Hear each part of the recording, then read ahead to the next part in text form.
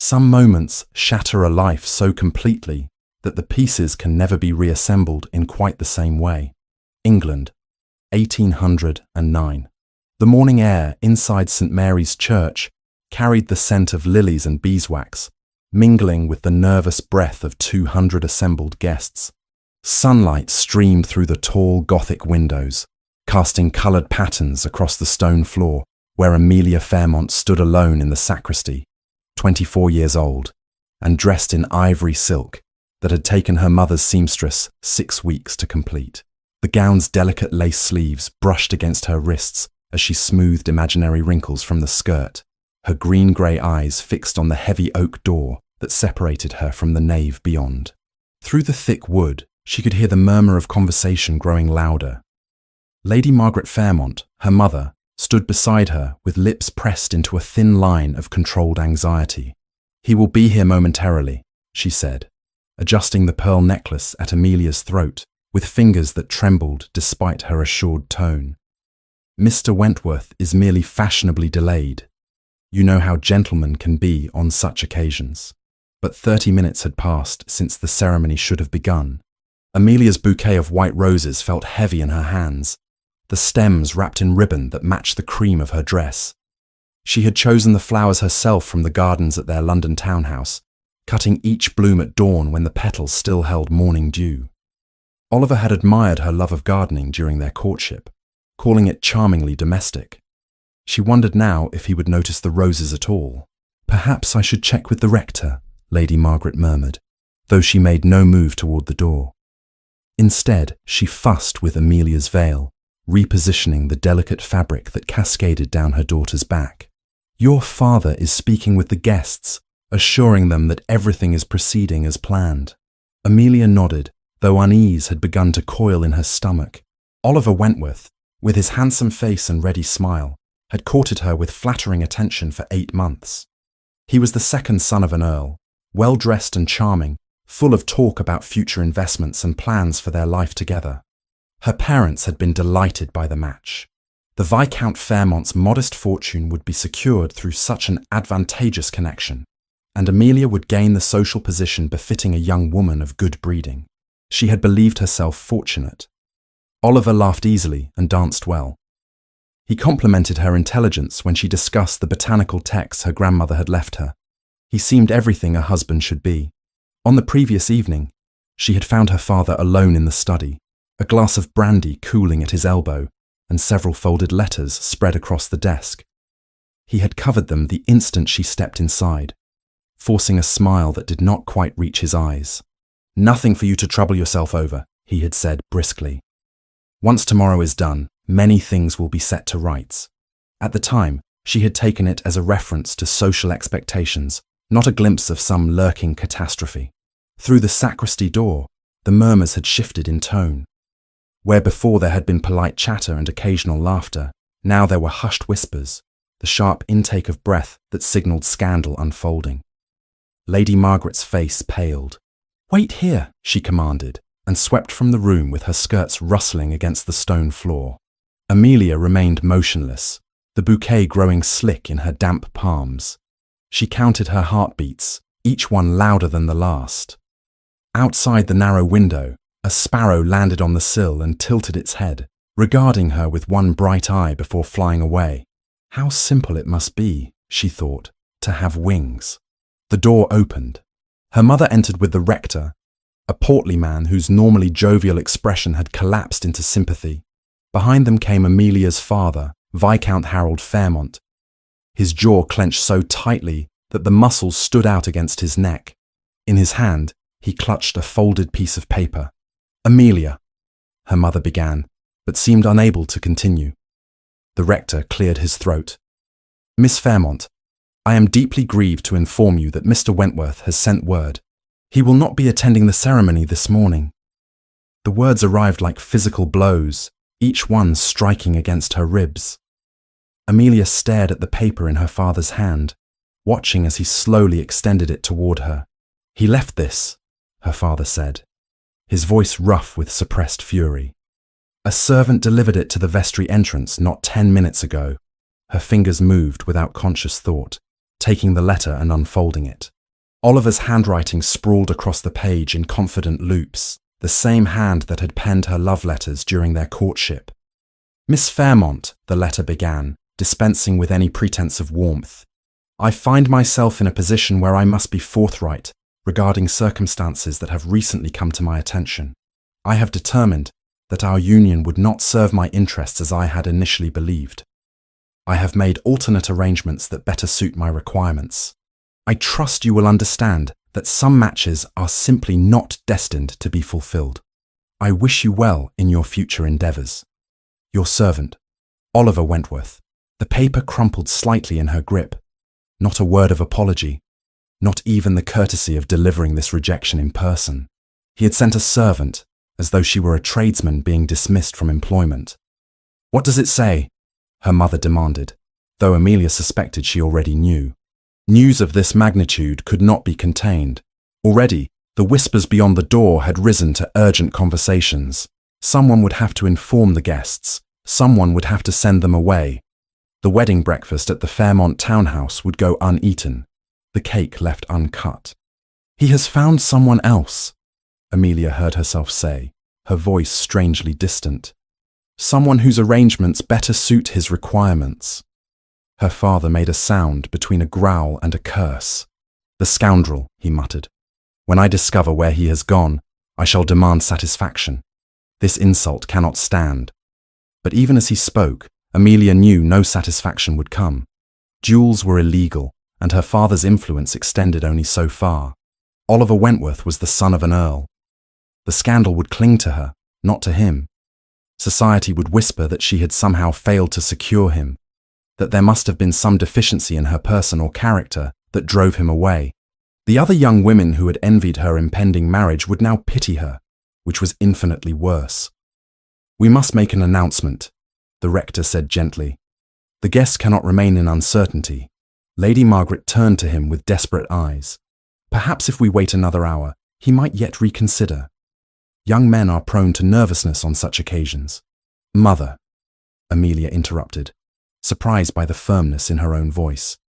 "He is not coming. We both know this." Through the closed door, she could hear footsteps approaching. Male voices, one familiar.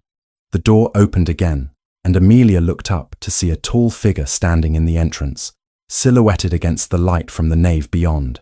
Julian Merrick, the Duke of Hawthorne, stepped into the sacristy with the quiet authority of a man accustomed to command. He was 31 years old, dark-haired and broad-shouldered, his blue eyes sharp beneath straight brows. Amelia had met him only twice before, both times at social gatherings where they had exchanged no more than polite greetings. He was connected to her family through a distant relation. His late mother had been cousin to Amelia's grandmother, but they moved in different circles. Dukes did not typically concern themselves with the daughters of modest viscounts. "Your Grace," the rector stammered, clearly surprised by the appearance of such elevated company. "We did not expect—" "I was invited to witness the ceremony," Julian said, his gaze moving from the rector to Amelia. Something in his expression shifted as he took in her wedding dress, the crumpled letter still clutched in her hand, the devastation her mother was trying so desperately to conceal. His jaw tightened almost imperceptibly. "I take it the ceremony will not proceed as planned. Mr. Wentworth has withdrawn," Viscount Fairmont said through gritted teeth. "Most irregularly." Julian's eyes flickered to the door through which he had entered, toward the nave where guests were beginning to realize the full scope of what had occurred. "The congregation is becoming restless," he observed. "Rumors are spreading. It would be advisable to make a formal announcement and dismiss the assembly before speculation becomes more damaging than it already is." He was right, of course. Every minute they delayed only worsened the scandal. Amelia forced herself to meet his gaze directly. "Thank you for your counsel, Your Grace," she said, and was grateful that her voice did not break. "I believe you are correct." For a moment, something passed between them. A flash of understanding, perhaps, or recognition. Julian's reputation as the Duke of Ice was well earned. He attended social functions with rigid courtesy, but never danced more than duty required, never courted anyone. never showed the slightest interest in the matrimonial pursuits that consumed London society. Yet now, standing in this small sacristy while her world collapsed around her, Amelia saw something shift in his expression. His hands, which had been clasped behind his back, tightened briefly. His gaze moved past her to the window where the sparrow had perched, then returned to her face. "I will speak to the guests if you wish," he offered. "Your family need not endure that particular ordeal." Lady Margaret looked as though she might weep with gratitude, but Viscount Fairmont shook his head. "That is generous, Your Grace, but this is my responsibility. I will address them." Julian inclined his head in acknowledgement, then turned his attention once more to Amelia. "Miss Fairmont," he said quietly, "I am sorry for this circumstance. You deserve far better treatment than you have received today." As he walked away toward the nave, a single stubborn thought lodged itself in his mind. No one should have to endure such humiliation alone. He had seen men broken on battlefields, treated with more kindness than society would offer Miss Fairmont in the days to come. The injustice of it sat ill with him, a stone beneath the skin that refused to stop pressing. Before she could formulate a response, he stepped back and exited the sacristy, leaving her standing amid the ruins of her wedding day. Through the still open door, she watched him walk down the aisle toward the assembled guests, his posture straight and purposeful. Something about the set of his shoulders suggested barely contained anger, though his face remained composed. That night, while London society gossiped over their dinner tables about poor Miss Fairmont and her vanished bridegroom, Amelia sat alone in her bedroom and made a decision. She would not remain in this city to be pitied and whispered about. She would not wait for her parents to arrange some lesser match to salvage her reputation. There was a place she could go, far from the judging eyes and false sympathies. Willowmere Cottage, her grandmother's small estate in Derbyshire, left to Amelia in a separate bequest, but treated by her parents as little more than a forgotten corner of the family holdings. Remote, quiet, a refuge where she could disappear until the scandal faded, if it ever did.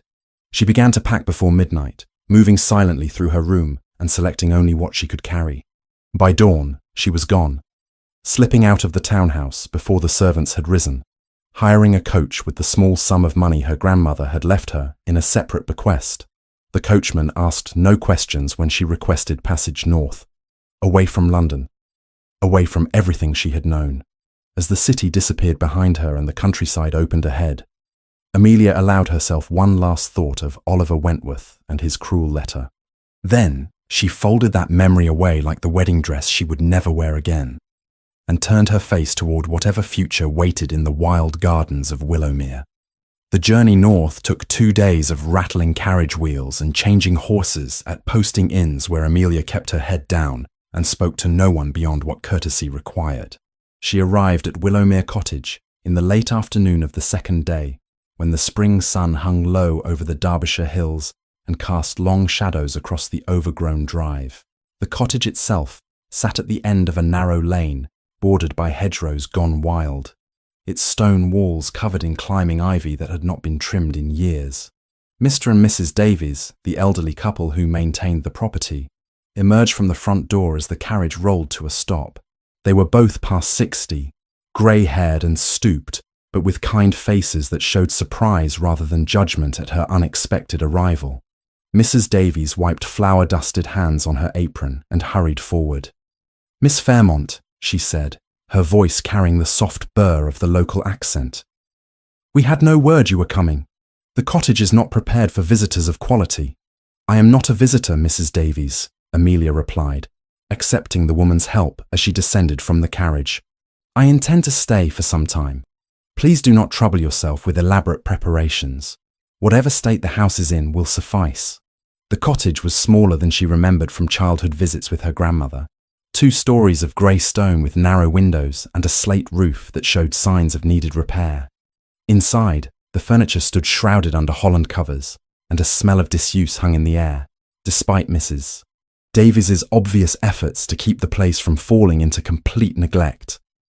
The parlour fireplace held cold ashes, and moisture stains marked the ceiling in one corner, where rain had found its way through deteriorating slate. "We'll have fires lit straight away," Mr. Davies said, already moving toward the woodpile. And I'll see about that leak in the roof come morning. Didn't expect anyone to need the place this season. Amelia walked through the room slowly, removing her gloves and bonnet. The cottage held memories of her grandmother, who had lived here in widowhood and tended the gardens with passionate devotion. Those gardens now lay visible through the back windows, transformed into a wilderness of overgrown roses and tangled herb beds. The sight of them sent an unexpected pang through her chest. This was what abandonment looked like. This was what happened when no one cared enough to maintain what had once been beautiful. "I will restore the gardens," she announced, surprising herself with the declaration. "Starting tomorrow." Mrs. Davies exchanged a glance with her husband. "That's a considerable task, miss. The grounds have gone quite savage these past years since your grandmother passed." "Then I shall become equally savage in reclaiming them," Amelia said, and meant it. She needed occupation, needed something to exhaust her body so thoroughly that sleep would come without dreams of wedding ceremonies that never happened. "I brought very little with me. Tomorrow I shall need to visit the nearest village for supplies. Where might I find a market?" "Millbrook, miss," Mr. Davies replied. "Quarter-hour's ride on horseback, though longer by foot. They have a market day each Thursday. Small place, but folk are decent enough." That night, Amelia slept in her grandmother's old bedroom, under quilts that smelled of lavender sachets Mrs. Davies must have placed in the wardrobe. The bed was smaller than her London one, the ceiling lower, the window offering a view of nothing but dark countryside and distant stars.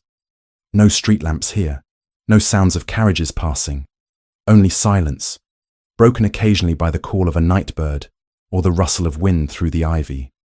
She did not cry. The tears had dried somewhere during the journey north, leaving behind a peculiar emptiness that felt almost like peace. Oliver Wentworth belonged to her past now, along with London society and her mother's anxious social manoeuvring. Here, in this forgotten corner of Derbyshire, she could be no one's disappointment. She could simply exist. 3 weeks passed in a blur of physical labour that left her hands blistered and her muscles aching. She rose at dawn and worked in the gardens until dusk, hacking away at brambles, pulling weeds that had rooted themselves with stubborn determination, coaxing order from chaos, one bed at a time. Mr. Davies helped when his other duties allowed, teaching her which plants were worth saving and which had grown too wild to recover. Mrs. Davies brought meals and worried aloud that Miss Fairmont was working herself into illness, but Amelia paid no heed. The work felt necessary, almost holy in its simplicity. Plant, water, weed, repeat. The letter from her parents arrived on a grey morning when rain threatened but had not yet fallen. Mrs. Davies brought it with breakfast, her expression suggesting she knew its contents would not please. Amelia broke the seal and read the cramped lines of her mother's handwriting. The letter was cold in tone, filled with reproaches about her sudden departure and demands that she return immediately to London. There were matters to discuss, her mother wrote, delicate situations requiring Amelia's presence.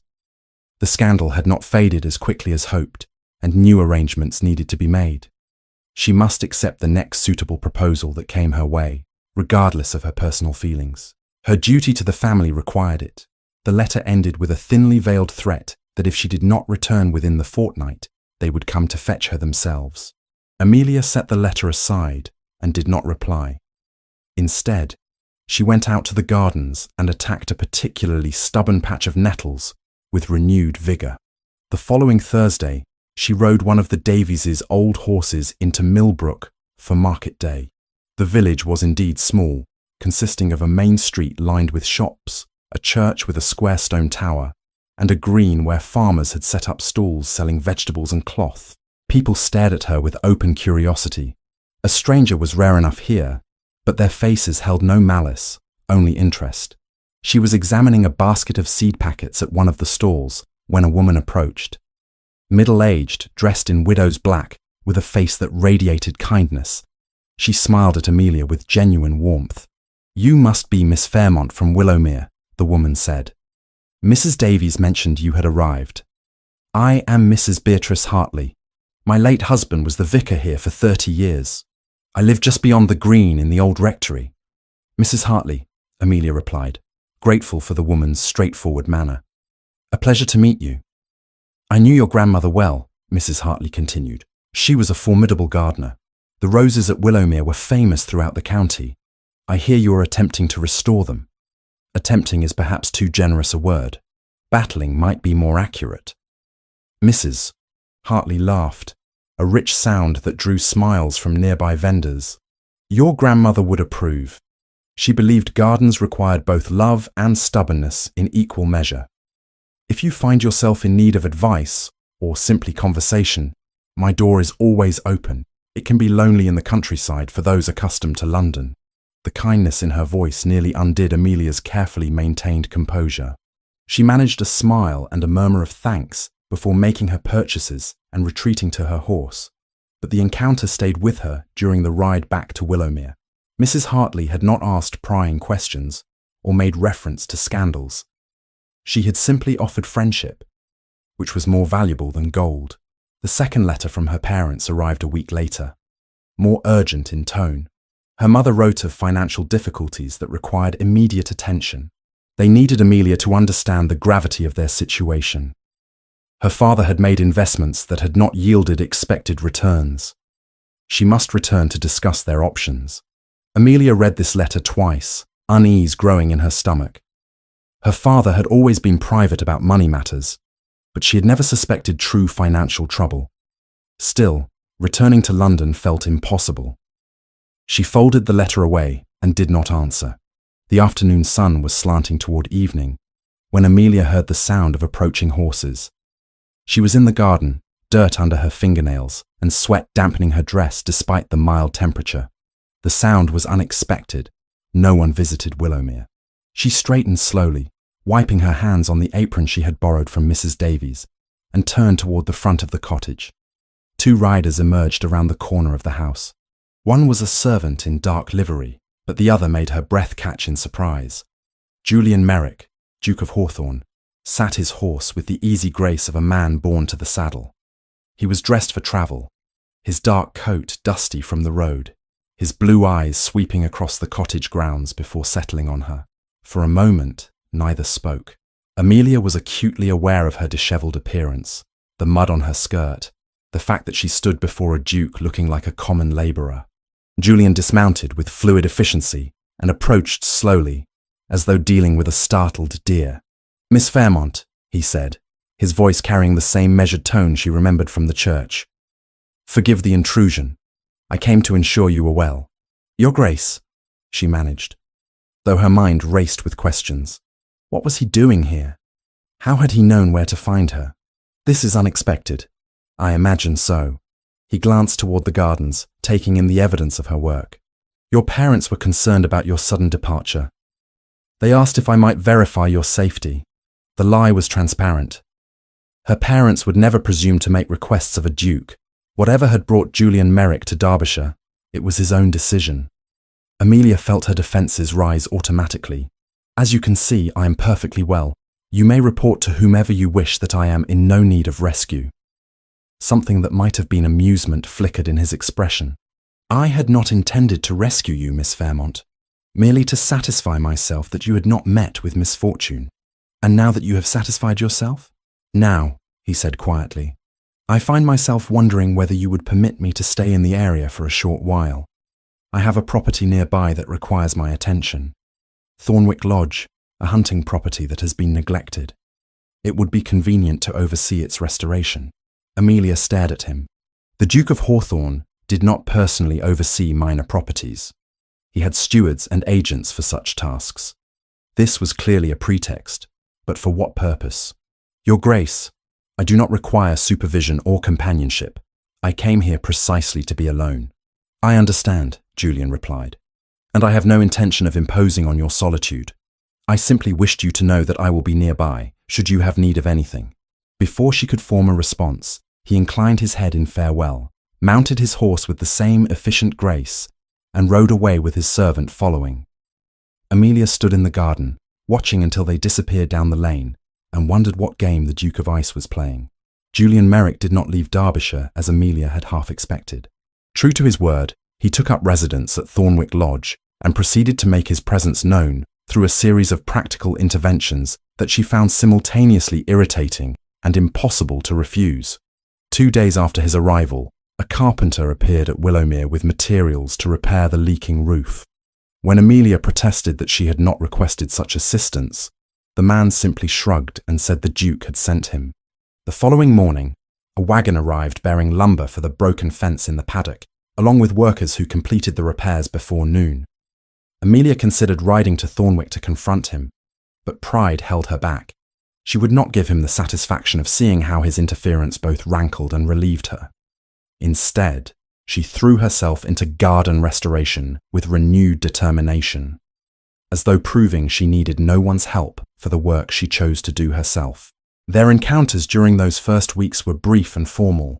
Julian rode past Willowmere on his way to or from the village, always offering a courteous nod if she happened to be visible. Occasionally, he stopped to inquire whether she lacked anything essential, his tone suggesting he was merely fulfilling a duty to distant relations. She answered with equal formality, and he never pressed beyond polite conversation. Yet something about the way his gaze lingered on the restored sections of garden suggested genuine interest rather than mere courtesy. On a Thursday morning 3 weeks after Julian's arrival, Amelia rode into Millbrook for market day and found Mrs. Hartley selecting vegetables at one of the stalls. The older woman's face brightened at the sight of her. "Miss Fairmont, how fortunate," Mrs. Hartley said warmly. "I was hoping to see you. I have fresh scones cooling at home, and far too many for one person to consume. Would you join me for tea?" The invitation was offered with such genuine kindness that Amelia found herself accepting. Mrs. Hartley's cottage sat just beyond the village green, a tidy stone structure with flowers blooming in window boxes and a small garden that showed expert care. Inside, the rooms were modest but comfortable, filled with books and the lingering scent of baking. Over tea and scones still warm from the oven, Mrs. Hartley proved to be excellent company. She spoke of village life with gentle humour, never prying into Amelia's circumstances, but offering observations about the seasonal rhythms of countryside existence that Amelia's London upbringing had never taught her. When their conversation turned to gardening, Mrs. Hartley's eyes lit with enthusiasm. "Your grandmother had a gift for roses," she said, pouring more tea into Amelia's cup. "She could make them thrive in conditions that would defeat most gardeners. I remember one summer when drought killed every rose in the county except hers. People came from miles away to see how she had managed it.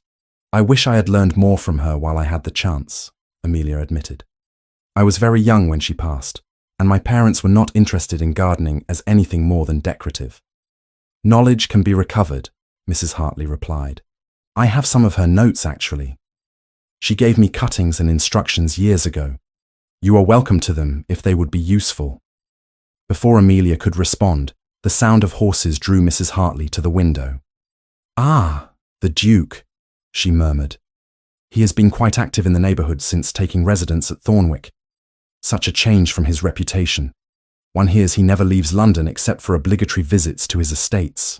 Amelia rose and glanced through the window, seeing Julian dismounting in the village square. He moved with the same efficient grace she remembered, his dark coat and tall boots marking him as gentry, even without the ducal title. As though sensing observation, he looked toward Mrs. Hartley's cottage and met Amelia's gaze through the window. Something shifted in his expression, a momentary softening that vanished so quickly, she wondered if she had imagined it. "He is a man of few words, Mrs." Hartley continued, returning to her seat, "but many actions. Do you know, he arranged for repairs to the church roof without anyone requesting his assistance. The parish council was astonished. Such generosity is rare among nobility, particularly from those who have no estate connections to the area." "Perhaps he simply has more money than ways to spend it," Amelia said, more sharply than she intended. Mrs. Hartley's expression grew thoughtful. "Perhaps. Or perhaps he understands something about the value of practical kindness over empty gestures. My late husband used to say that a man's character shows most clearly not in his words, but in what he does when no one is demanding it of him. The Duke remains here without any social advantage to himself. One must wonder why." Amelia had no